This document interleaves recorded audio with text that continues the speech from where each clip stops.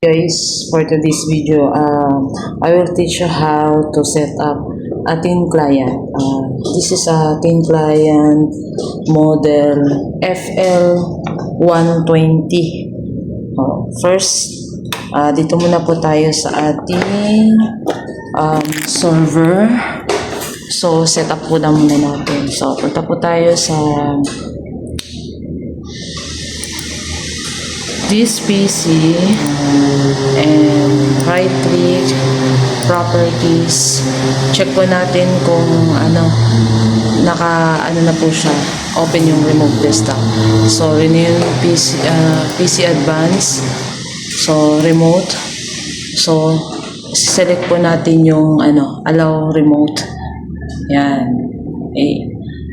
and after that mag-create po tayo ng user. So, how to create a user?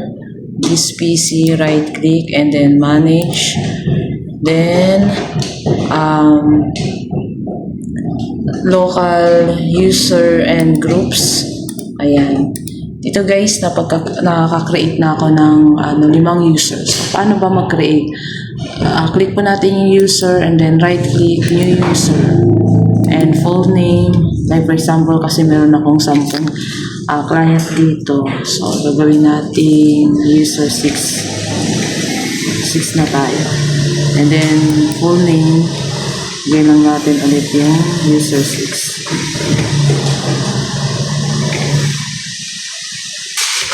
And then, the password is 6 para madali po yan. 6.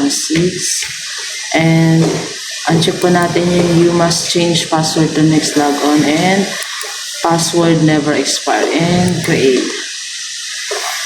Another, magdadagdag pa ulit tayo. And yan guys, nakakreate tayo ng 9 user here.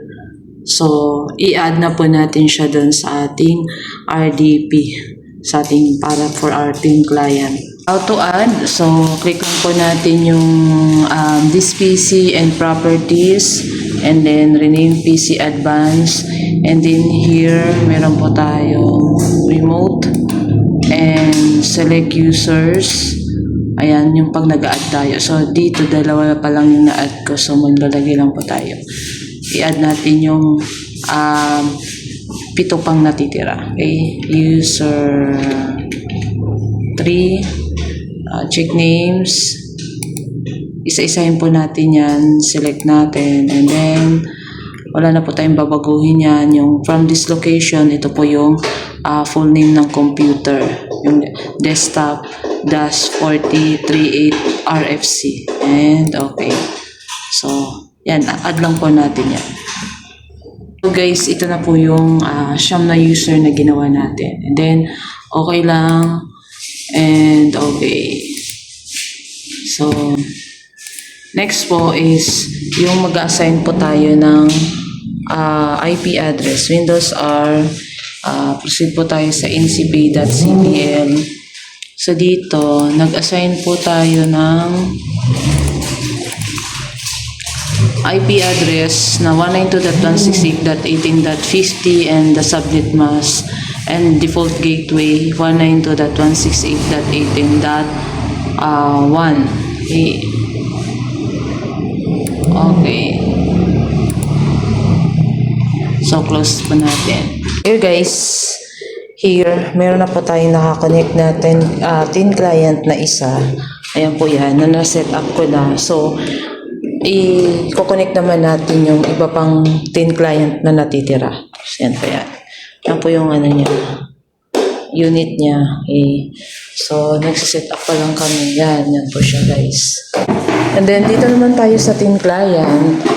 So, set up lang po natin yung network niya.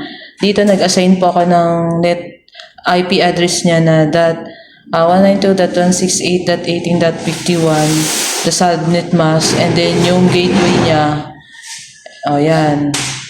And the DNS1, yung gateway lang din niya. And here dito sa login, nag-add lang po ako ng ng PC. Ito po yung host name, yung kanina, yung computer name niya, and then yung address niya ay, IP address niya ay 192.168.18.50. Yan lang yun. So, and login na po tayo. Ito yung user 1, and then yung password natin ay 1 lang. Natin.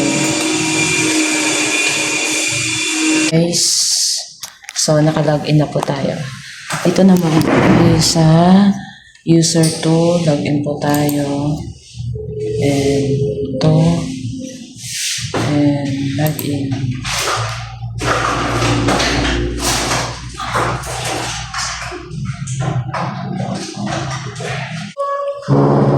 Ayan, user 2 guys, nakapag-login na tayo. Then set up lang natin to guys. Accept. Ayan, and continue. Ayan na guys.